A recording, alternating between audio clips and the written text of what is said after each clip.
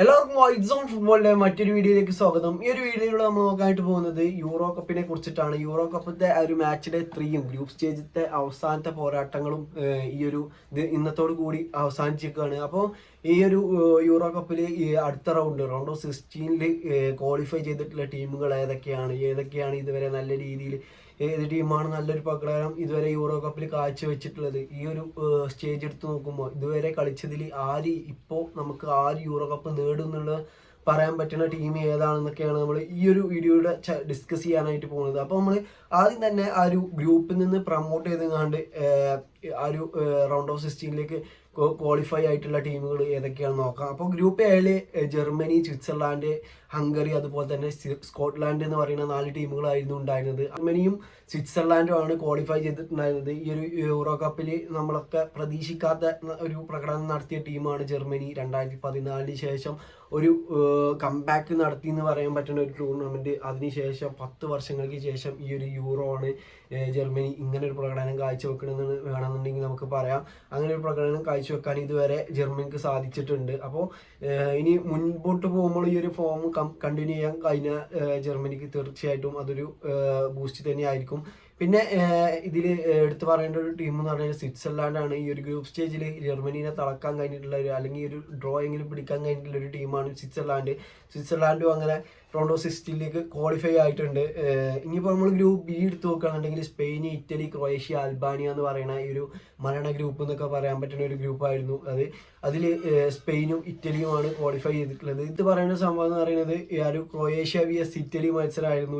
Italy അതിൽ ആ ഒരു മത്സരത്തിൽ ആദ്യം സ്കോർ ചെയ്തുകൊണ്ട് ആ ഒരു ഏകദേശം റൗണ്ട് ഓഫ് 16 ഉറപ്പിച്ച് നിന്നിട്ടുള്ള ടീം എന്ന് പറയുന്നത് ക്രൊയേഷ്യ ആയിരുന്നു. പക്ഷെ അവസാനത്തെ ആ ഒരു മിനിറ്റിൽ സക്കാഞ്ചിന്റെ ഗോൾ കാരണം ഇറ്റലി 1-1 ഡ്രോ പിടിക്കുകയാണ്. അവിടെ ഇറ്റലി ക്വാളിഫൈ ആകുകയാണ് റൗണ്ട് ഓഫ് 16 അങ്ങനെ സ്പെയിനും ഇറ്റലിയാണ് ആ ഒരു ഗ്രൂപ്പ് ബിന്ന് ക്വാളിഫൈ ചെയ്തിട്ടുണ്ടായിരുന്നത്. ഇതിൽ സ്പെയിനെ കുറിച്ച് പറയുകയാണെന്നുണ്ടെങ്കിൽ ഈ ഒരു ഇതുവരെയുള്ള പ്രകടനം എടുത്ത് നോക്കുകയാണെന്നുണ്ടെങ്കിൽ ഏറ്റവും മികച്ച പ്രകടനം കാഴ്ചവെച്ചിട്ടുള്ള ടീം ഏതാണെന്ന് ചോദിക്കുകയാണെന്നുണ്ടെങ്കിൽ അതിന് ഒറ്റ ഉത്തരം ഉണ്ടാവുകയുള്ളൂ, അത് സ്പെയിനാകും. സ്പെയിന് നല്ലൊരു യൂറോ കപ്പാണ് സ്പെയിനെ സംബന്ധിച്ചിടത്തോളം നടന്നുകൊണ്ടിരിക്കുന്നത്. നമുക്കറിയാം ഈ ഒരു യൂറോ കപ്പിന്റെ ചരിത്രത്തിൽ തന്നെ ഏറ്റവും കൂടുതൽ കപ്പുകളൊക്കെ നേടിയിട്ടുള്ള ടീമുകൾ 2 ടീമുകളുണ്ട്. അത് ഒന്ന് ജർമ്മനി, അതുപോലത്തെ ഒന്ന് സ്പെയിനുമാണ്. അപ്പോൾ ഈ 2 ടീമുകളും ഈ ഒരു യൂറോ കപ്പിൽ നല്ല പ്രകടനം കാഴ്ചവെക്കുന്നുണ്ട് എന്നുള്ളത് എടുത്തു പറയേണ്ട ഒരു സംഭവമാണ്. പിന്നെ ഗ്രൂപ്പ് സി എടുത്ത് നോക്കുകയാണെന്നുണ്ടെങ്കിൽ ഇംഗ്ലണ്ട്, ഡെൻമാർക്ക്, അതുപോലെ തന്നെ സ്ലോവേനിയ, സെർബിയ എന്ന് പറയുന്ന 4 ടീമുകളാണ് ഉണ്ടായിരുന്നത്. അതിൽ നമ്മൾ ഒരൊറ്റ നോട്ടത്തിൽ നോക്കണമായിരിക്കും തന്നെ ആ ഒരു കളികളൊക്കെ നടക്കുന്നതിന് മുന്നേ നമ്മൾ നോക്കുമ്പോൾ എങ്ങനെയാണ് ആ ഒരു ലിസ്റ്റ് പറയുക, അതേമാതിരി തന്നെയാണ് ക്വാളിഫിക്കേഷൻ നടന്നിട്ടുള്ളത്. അതായത് ഇംഗ്ലണ്ട്, ഡെൻമാർക്ക് തന്നെയാണ് ക്വാളിഫൈ ചെയ്തിട്ടുള്ളത്. ഇതിൽ എടുത്ത് പറഞ്ഞ സംബന്ധം പറയുന്നത് ഇംഗ്ലണ്ടിനെ അടുത്തുനിന്ന് നമ്മൾ നല്ലൊരു സ്കോറൊക്കെ ചെയ്തുകൊണ്ട് നല്ല അടിപൊളിയായിട്ട് ഈ ഒരു ടീമുകളെ സംബന്ധിച്ചിടത്തോളം ഇംഗ്ലണ്ടിൻ്റെ സ്ക്വാഡിൻ്റെ ഒരു 10ൽ 1 ഭാഗം പോലും ഇല്ല എന്നൊക്കെ പറയാൻ പറ്റണം. അല്ലാന്നുണ്ടെങ്കിൽ അങ്ങനെ പറയാൻ പറ്റുന്ന ടീമുകളാണ്. കാരണം ഇംഗ്ലണ്ടിൻ്റെ സ്ക്വാഡ് വാല്യൂ നമുക്ക് അറിയാം. അതായത് ജൂഡ് ബെല്ലിംഗാം, ഫിൽ ഫോഡന്, സാക്ക, അങ്ങനെ ഇനി ഞാൻ പറയാത്ത കുറേ പേരുകളുണ്ട്, ഡെക്ലാൻ റൈസ്, അങ്ങനെ കുറേ പേരുകളുണ്ട്. അപ്പോൾ ഇവരൊക്കെ ഉണ്ടായിട്ടും ഇംഗ്ലണ്ടിന് ഇങ്ങനെ പെർഫോം ചെയ്യാൻ കഴിയണുള്ളൂ എന്നുള്ളത് വളരെ ഒരു ഇതായിട്ടുള്ളൊരു കാര്യമാണ്. ഈ ഒരു പെർഫോം വെച്ച് കണ്ടൊന്നും യൂറോ കപ്പ് എന്തായാലും ഇംഗ്ലണ്ട് ഈ സീസണിൽ അടിക്കാൻ പോകില്ല, അല്ലെങ്കിൽ ഈ ഒരു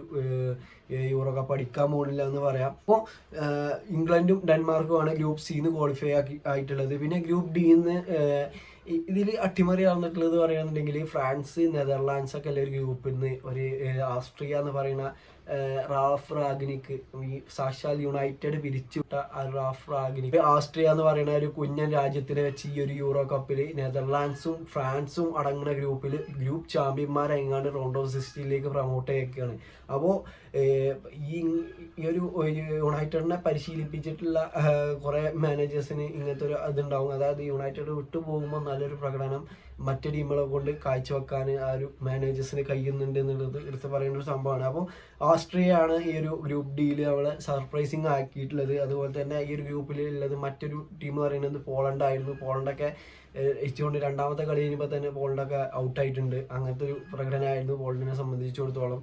അങ്ങനെ ഈ ഒരു ഗ്രൂപ്പിൽ നിന്ന് ഓസ്ട്രിയ, ഫ്രാൻസ്, നെതർലാൻഡ്സ് ഈ ഒരു 3 ടീമുകൾ ഈ ഗ്രൂപ്പിൽ നിന്ന് ക്വാളിഫൈ ചെയ്തിട്ടുണ്ട്. ആ ഒരു നെതർലാൻഡ്സ് എങ്ങനെ ക്വാളിഫൈ ആയി എന്നുള്ളത് നമുക്ക് ലാസ്റ്റ് പറയാം.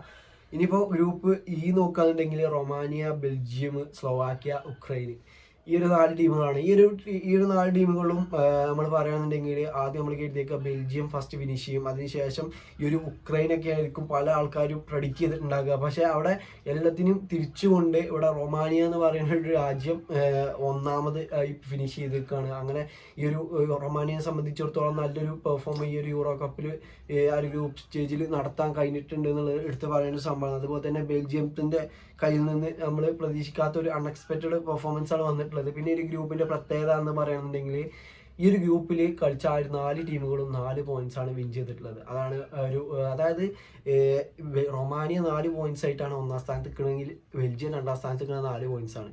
മൂന്നാം സ്ഥാനത്ത് നിൽക്കുന്ന സ്ലോവാക്കി 4 പോയിന്റ്സ് ആണ്. ഈ ഒരു ഉക്രൈനും 4 പോയിന്റ്സ് ആണ്. ഇതിൽ അവരെ ആ ഒരു പൊസിഷൻ കൊടുത്തിട്ടുള്ളത് ഗോൾ ഡിഫറൻസിന്റെ ഒക്കെ അടിസ്ഥാനത്തിലാണ് ഈ ഒരു പ്രൊമോഷൻ കൊടുത്തിട്ടുള്ളത്. ഇനിയിപ്പോൾ നമ്മൾ നോക്കുകയാണെന്നുണ്ടെങ്കിൽ ഈ ഒരു ഗ്രൂപ്പിൽ നിന്ന് റൊമാനിയ അതുപോലെ തന്നെ ബെൽജിയം മാത്രം ക്വാളിഫൈ ആയിട്ടുള്ളൂ. ഇനിയിപ്പോൾ നമുക്ക് ഗ്രൂപ്പ് എഫ് നോക്കാം. ഗ്രൂപ്പ് എഫിൽ പോർച്ചുഗലിൻ്റെ ഗ്രൂപ്പായിരുന്നു ഗ്രൂപ്പ് എഫ്. പോർച്ചുഗൽ തന്നെയാണ് ഒന്നാം സ്ഥാനത്ത് ഫിനിഷ് ചെയ്തിട്ടുള്ളത്. പിന്നെ തുർക്കി രണ്ടാം സ്ഥാനത്ത് ഫിനിഷ് ചെയ്തു.